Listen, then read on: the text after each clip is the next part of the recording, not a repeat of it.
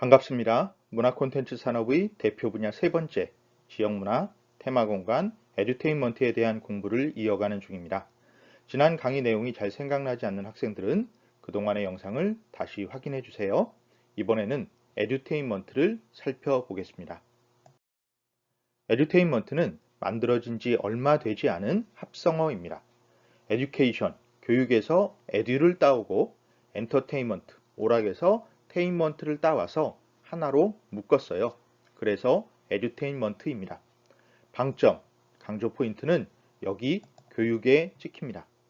교육이 훨씬 중요해요. 마냥 즐기자고 에듀테인먼트를 만드는 건 아닙니다. 공부를 하자는 것인데 이왕이면 재미있게 공부하자는 측면에서 에듀테인먼트가 만들어진 겁니다. 이런 내용을 조금 더 논리적으로 설명하면 다음과 같아요. 에듀테인먼트가 궁극적으로 추구하는 이면적인 목적은 교육이지만 에듀테인먼트가 표방하는 표면적 목적은 오락이어야 한다. 그리고 에듀테인먼트의 역할은 학습자의 필요에 의해 지식을 배우는 자기주도형 학습이 즐겁고 재미있도록 만들어주는 것이라고 설명합니다. 에듀테인먼트의 특징은 흥미를 유발하고 셀프 스터디, 그러니까 스스로 학습을 할 수 있게 도와주는 겁니다. 그런데 이런 흥미 유발이나 스스로 학습이 학업 역량을 강화하거나 더 많은 양의 공부를 하도록 돕는 것은 결코 아닙니다.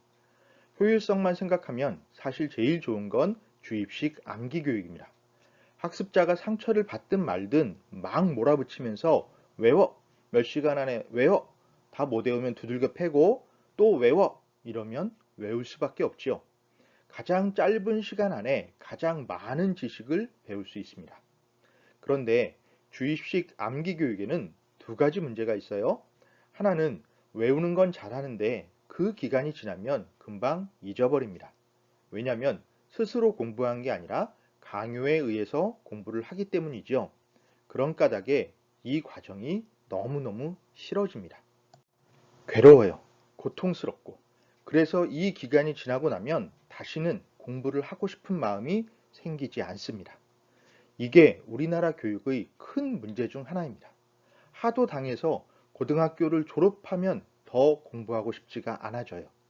그래서 이왕이면 공부를 하긴 하는데 조금 더 오랫동안 효과가 유지되도록 스스로 공부할 수 있는 계기를 만들어주고 교육기간이 끝난 이후에도 자기 나름대로 공부를 계속할 수 있도록 유도를 해줘야 한다라는 필요성이 제기됩니다.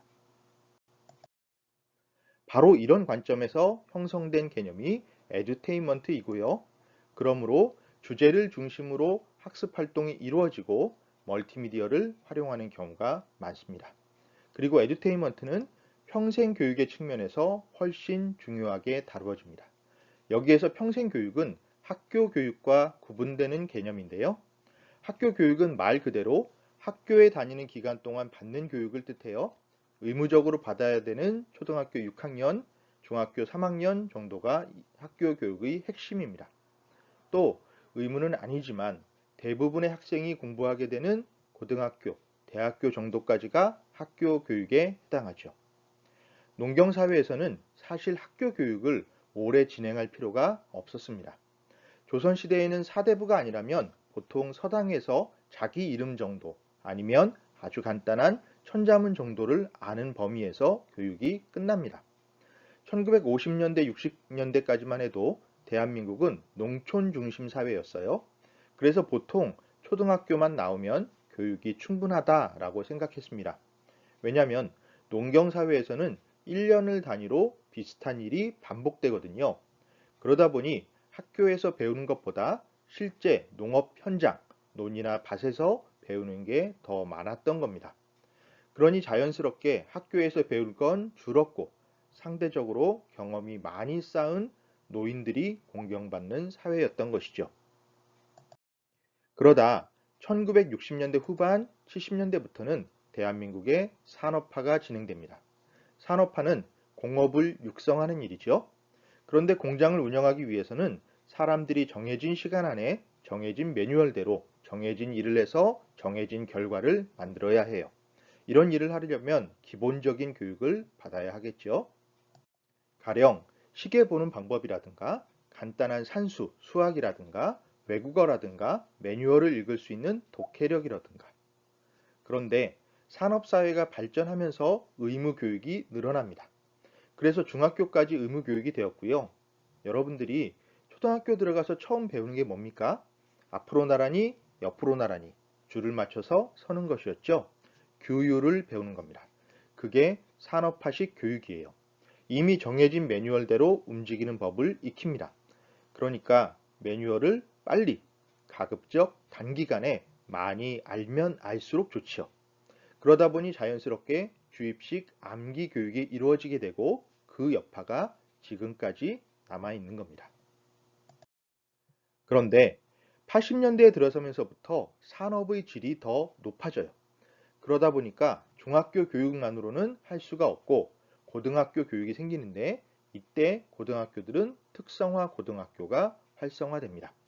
상업고등학교, 공업고등학교, 농업고등학교, 해양고등학교 이런 학교들이 생기고요. 이 정도만 배워도 사회생활을 할 수 있었다라는 뜻이죠. 실제로 상고 출신들이 은행 직원의 40% 정도를 넘게 차지했던 경우가 있었습니다.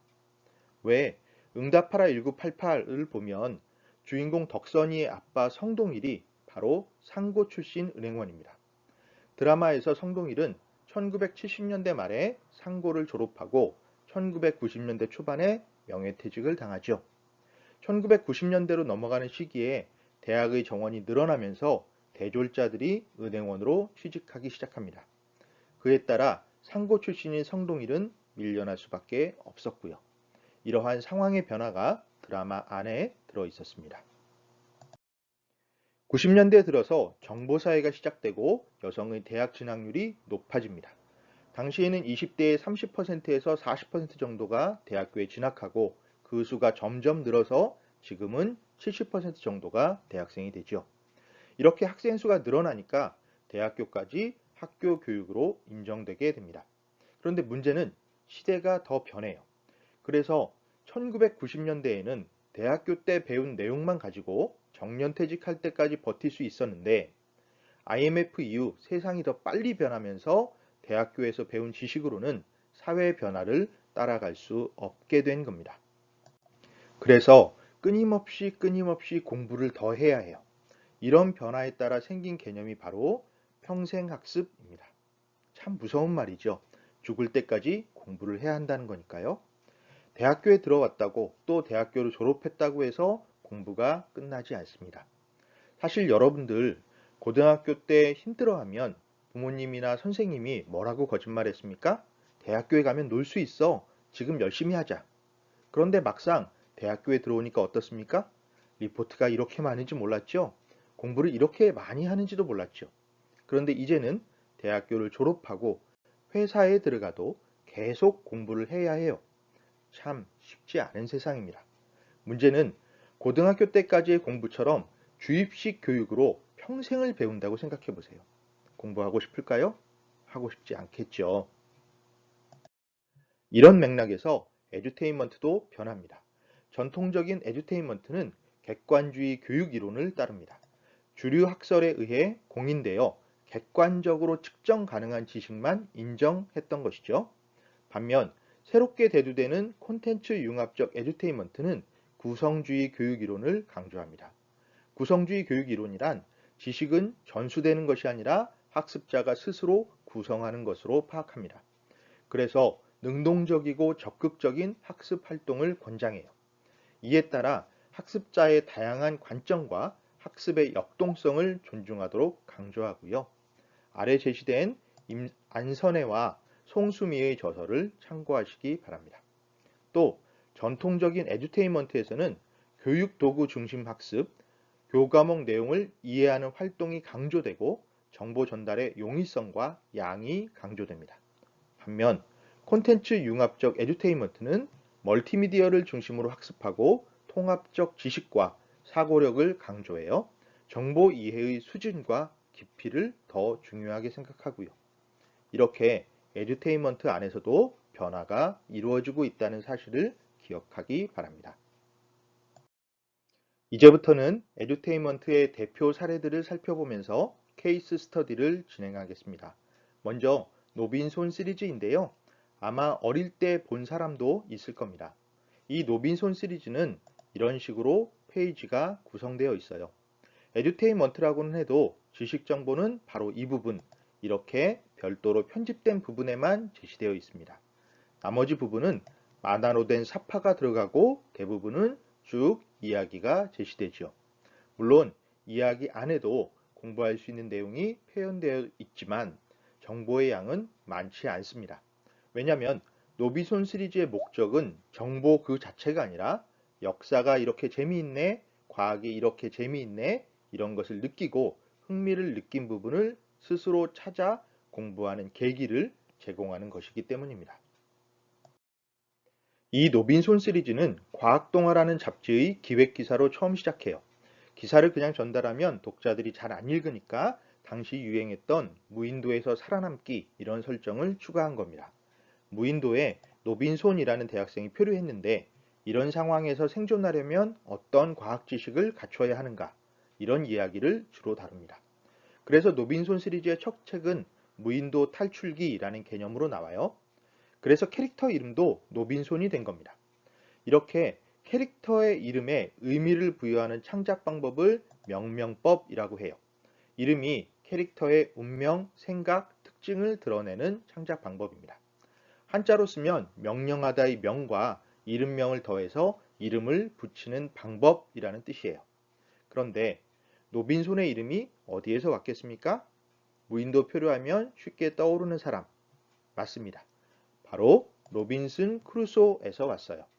로빈슨 크루소를 한국식으로 변형시켜 노빈손이라고 했습니다. 그런데 여기에서 끝나는 게 아니라 의미를 하나 더 더합니다. 노빈손에서 노는 영어의 no, 그러니까 빈손이 아니다 라는 뜻이죠. 이 캐릭터는 빈손으로 무인도에 표류했지만 과학적 사고와 지식을 가지고 있으면 빈손이 아니다. 그래서 탈출할 수 있다. 이런 뜻으로 노빈손이라는 이름을 붙였던 겁니다. 노빈손 시리즈가 인기를 끌면서 여러 작품들이 만들어졌습니다. 노빈손 시리즈의 작가를 공개 모집하기도 하고요. 여러분 중에 어린이 문화 콘텐츠, 에듀테인먼트에 관심이 있는 사람이 있으면 유심히 보았다가 이 노빈손 시리즈 작가에 지원해 봐도 좋겠습니다. 노빈손 시리즈에서 학습에 더 가까운 책은 이런 것들이 있어요. 노빈손 영단어 600, 노빈손 과학실험. 사실 이런 것들은 노빈손 시리즈의 핵심이라고 보기는 어렵습니다. 그보다는 아이들이 재미있어 할 만한 이야기 속에 과학, 역사, 예술적 지식을 포함한 작품들이 더 중요한데요. 몇 가지만 대표적으로 언급하면 노빈손 슈퍼 영웅이 되다, 노빈손 미스테리별 화성 구출 대작전, 노빈손 사라진 훈민정음을 찾아라, 노빈손 조선 최고의 무역왕이 되다 등이 있습니다. 다음 사례는 마법 천자문이에요. 이는 한자 학습과 관련된 에듀테인먼트 콘텐츠입니다. 주인공은 손오공. 대마왕이 부활하려고 하는데 그를 막기 위해서 한자 마법을 배워서 대결한다 라는 내용이에요. 여기에서 한자 마법을 쓴다는 게 중요합니다. 한자 마법을 제대로 쓰기 위해서는 한자의 음과 뜻을 알고 허공에 큰 글씨로 써야 합니다. 가령 인용된 장면처럼 바위를 아래로 떨어뜨리려면 아래에 하라고 외치고 한자로 하자를 써야 해요. 그러니까 만화에서는 한자의 뜻, 글자 모양이 제시되고 독자들은 만화책을 읽는 과정에서 자연스럽게 한자를 공부할 수가 있는 겁니다. 맥락을 보여주기 때문에 이해가 쉽고요. 가령 인용 장면에서 바위가 위아래로 움직이는데 이것을 통해서 상하라는 한자의 의미를 알 수 있습니다. 특히 한자라는 점이 중요한데요. 왜냐하면 한자는 그린 글자이기 때문에 만화라는 이미지로 표현되기가 용이합니다. 또 한국어 어휘의 70% 정도가 한자어이기 때문에 한자를 많이 알면 어휘력과 문해력 향상에 도움이 되죠. 이것이 부모의 관심을 자극합니다. 어린이 대상 문화 콘텐츠는 소비자와 구매자가 구분됩니다. 실제로 콘텐츠를 소비하는 건 아이들이지만 콘텐츠를 구매하는 건 어른들이지요. 그래서 어린이 문화 콘텐츠를 창작할 때 어린이 독자의 취향에 맞춰야 할 것처럼 생각되기 쉽지만 사실은 부모의 요구를 고려할 필요가 있겠습니다. 아무튼 마법 천자문이 인기를 끌면서 다양한 파생 상품들이 나와요. 우선 애니메이션이 제작됩니다. 극장판이 먼저 나왔는데요. 만화의 인기를 토대로 과감하게 만들어졌다가 과감하게 실패합니다. 예고편만 봐도 실패 이유가 분명해요. 우선 이야기가 너무 허술합니다. 한자 교육 에듀테인먼트 콘텐츠니 한자가 크고 분명하게 나와야 하겠지요. 하지만 그래픽이 지나치게 화려해서 오히려 한자가 잘 보이지 않습니다. 당연히 인기를 끌 수 없었고요. 대신 TV 애니메이션으로 리뉴얼될 때는 그런 비판을 적극적으로 수용해서 그래픽 퀄리티를 낮추고 한자를 부각하는 방법을 도입합니다. 다음 사례는 게임인데요. 게임 중에서도 닌텐도 DS예요. 이 게임기는 화면이 두 가지입니다. 위쪽 화면에서는 게임이 진행되고요. 가령 손오공이 지나가다 몬스터와 만납니다. 그럼 대결을 펼치는데 공격하려면 아래 터치패드 화면에 한자를 써야 합니다. 이렇게 하면 자연스럽게 한자 쓰는 연습을 하면서 익히게 되는 것이죠. 닌텐도 DS 마법 천자문은 제법 인기를 얻었습니다. 또 다른 사례로 뮤지컬을 들 수 있는데요. 사실 뮤지컬은 어린이 문화 콘텐츠에서 아주 중요한 분야입니다. 왜냐하면 뮤지컬은 현장감이 중요하고 관객의 참여를 유도하는 일이 가능하거든요. 이것이 어린이들에게 적합합니다. 아이들이 집중할 수 있는 시간은 길어야 15분 정도에 불과해요. 여러분은 적어도 2시간에서 3시간 정도 집중할 수 있는 수준인데 초등학생들은 15분을 견디기가 참 어렵습니다. 이래서야 연극 한 편을 다 보기가 어렵지요. 그러면 어떻게 하느냐? 손오공이 괴물과 대결하다가 쓰러집니다. 그러면 내레이터가 어린이 여러분, 우리 손오공이 쓰러졌어요. 손오공을 도와주시지 않을래요? 그러면 아이들이 팍 일어나서 박수를 팍 칩니다. 더 크게 박수를 치면 손오공이 일어날 거예요. 내레이터가 이렇게 얘기하면 애들이 더 힘껏 박수를 치고요. 박수 소리가 고조되면 손오공이 벌떡 일어나죠. 아이들은 열광을 하겠죠. 손오공이 힘을 되찾으려면 체조가 필요해요. 그리고 체조를 시작하면 아이들도 따라서 그 체조를 하는 겁니다. 또 한자 마법을 쓸 때도 어린이 여러분들도 함께 외쳐볼까요? 불화 이러면 아이들이 불화라고 따라서 하면서 소리를 지릅니다. 자, 이렇게 움직이면서 주의를 환기시켜 주니까 다시 15분 정도는 집중할 수 있겠죠. 이렇게 어린이 뮤지컬에는 15분 정도를 간격으로 율동이나 노래, 함께 할 수 있는 동작이 들어가게 됩니다. 물론 가장 중요한 것은 작품 안에 들어있는 스토리텔링입니다. 주인공의 이름 때문에 서유기를 반영한 것처럼 느껴지지만 사실 서유기가 아니라 손오공 이야기를 따라한 겁니다. 그런데 이 손오공은 어디에서 왔느냐? 여기에는 여러 의견이 있습니다. 중국 학자들은 손오공이 중국 고유의 요괴라고 주장합니다. 하지만 저는 의견이 다릅니다. 고대 인도의 서사시 라마야나에 나오는 원숭이 장군 하누만이 손오공의 원형이라고 발표했습니다. 이 하누만이 중국에 와서 손오공이 됐고 그것을 마법천자문에서 주인공 손오공으로 활용했다라고 보았어요. 물론 이 과정에도 기존에 발표되었던 문화 콘텐츠 산업의 영향이 포함되기도 하고요. 이를테면 일본 만화 드래곤볼의 주인공 손오공이나 한국 만화 나라라 슈퍼보드에 등장하는 손오공의 캐릭터와 표현 방법이 적용되기도 합니다. 이처럼 손오공은 문명 교류의 산물입니다. 지도를 볼까요? 삼국시대에는 해외 여러 지역과 교류했다는 사실을 알 수 있습니다. 위로는 신라와 고구려를 거쳐서 중국 땅을 통해서 실크로드를 타고 중앙아시아를 건너 이스탄불까지 가는 루트가 있습니다. 이 지도에 분홍색으로 표현된 교역로이죠. 또 백제나 신라 쪽에서 바닷길을 통해 중국을 거쳐 동남아시아를 거쳐 천축, 그러니까 인도까지 가는 해상 루트가 있습니다. 지도에 파란색으로 표현된 교역로이고요. 이 바닷길이 아랍까지 이어집니다. 바로 이러한 교역로를 따라서 인도의 하누만 캐릭터가 중국에 전파되었고 이것이 다시 한국에 들어오면서 손오공 캐릭터가 만들어졌다라는 것이 제가 논문에서 밝힌 내용입니다. 이처럼 문화는 독자적으로 형성되는 경우가 거의 없습니다. 교류와 융합을 바탕으로 새로운 작품이 만들어집니다. 바로 이것이 우리가 공부를 해야 하는 이유이기도 해요. 남의 것을 알지 못하면 내 것도 만들 수 없습니다. 옛 것을 익히지 않으면 새 것도 창작할 수 없어요. 부디 명심하시기 바랍니다. 다음 사례는 뽀로로입니다. 본래 뽀로로 시리즈는 에듀테인먼트 콘텐츠가 아니에요.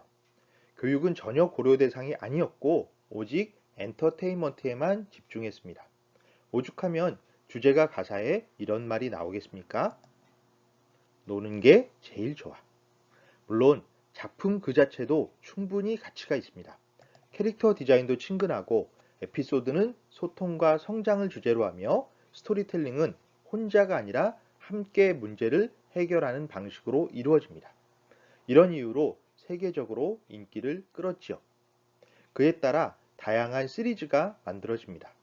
여기에서 주목할 부분은 시리즈 자체는 변화를 추구하지 않으면서 확장이 이루어지는 방식으로 전개되었다라는 사실입니다. 이 과정에서 스핀오프 방식으로 에듀테인먼트가 시도됩니다.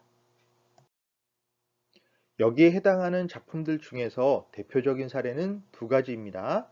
과학을 좋아하는 발명가 캐릭터 사막여우 에디를 내세운 똑똑박사 에디, 요리를 좋아하는 캐릭터 비버 루피를 내세운 요리공주 루피. 이 시리즈들은 본편의 인기를 바탕으로 주요 시청계층인 어린이를 대상으로 교육활동을 진행합니다. 그러니까 본편은 철저히 엔터테인먼트를 유지하면서 스핀오프를 통해서 에듀테인먼트를 시도한 겁니다. 이러한 원소스 멀티유스 전략은 특히 주목할 필요가 있어요. 향후 에듀테인먼트 콘텐츠 기획에서 유용하게 활용할 수 있는 사례입니다. 이 외에도 다양한 파생 상품들이 만들어졌으니 관심 있는 학생들은 직접 찾아보시기 바랍니다. 평생교육을 강조하는 사회 분위기는 방송 콘텐츠에도 영향을 줍니다. 본래 TV는 오락성과 함께 공공성을 표방하는데 공공성이 교육과 연관되는 경우가 많습니다. 교육방송 EBS의 프로그램들이 그렇고요. 각종 다큐멘터리, 역사저널 그날 등도 유명한 사례죠. 하지만 최근에는 교육활동의 재미를 결합하는 작업이 활발하게 진행되고 있어요. 사례를 보겠습니다. 먼저 JTBC의 차이나는 클래스는 기존의 강연 방식을 유지하면서도 흥미를 느낄 수 있는 주제를 개발해서 인기를 얻었습니다. 그보다 엔터테인먼트 기능을 강화한 사례로는 TVN의 알아두면 쓸데없는 신비한 잡학사전, 줄여서 알쓸 신잡 시리즈가 있죠. 여행의 방식에 여러 분야 전문가들이 토크를 접목하는 방식으로 주목을 받았습니다. 특히 이 프로그램의 스토리텔링이 주목되는데요. 기존의 에듀테인먼트 프로그램처럼 특정 주제를 길게 끌고 가지 않고 단편적으로 쪼개서 시청자들이 쉽게 주목하도록 만들었습니다. 이를 통해 깊이를 부각하지 않으면서 교양을 제공할 수 있었고요. 또 하나 제가 요즘 주목하는 프로그램으로 꼬꼬무, 꼬리에 꼬리를 무는 그날 이야기가 있습니다. 역사를 다룬 프로그램은 이전에도 많았어요. 하지만 이 작품은 시대가 아니라 사건에 집중하고 그 사건의 전후 맥락을 찾아가는 방식입니다. 3명의 스토리텔러가 게스트에게 직접 이야기를 전달하는 형식인데 그 과정에서 적절한 소도구를 활용하고 입체적인 편집을 통해 몰입도를 높였죠. 이처럼 방송에서도 에듀테인먼트 콘텐츠가 활발하게 발표되고 있습니다. 이런 경향은 앞으로도 당분간 진행되리라 예상되고요. 그 과정에서 스토리텔링을 담당하는 전문가의 역할도 더욱더 필요하게 되리라 기대합니다. 자, 이렇게 해서 에듀테인먼트에 대한 공부까지 마쳤습니다. 다음 시간부터는 문화 콘텐츠 산업의 또 다른 주요 분야로 넘어가겠습니다. 지금까지 공부한 내용 반복해서 시청하면서 공부하시고 그 내용을 비판적으로 계승하면서 스스로 익히시기를 당부합니다. 부디 우리가 함께하는 이 강의가 여러분의 인식이 넓고 깊어지는 기회가 되기를 희망합니다. 그럼 다음 시간에 만납시다. 감사합니다.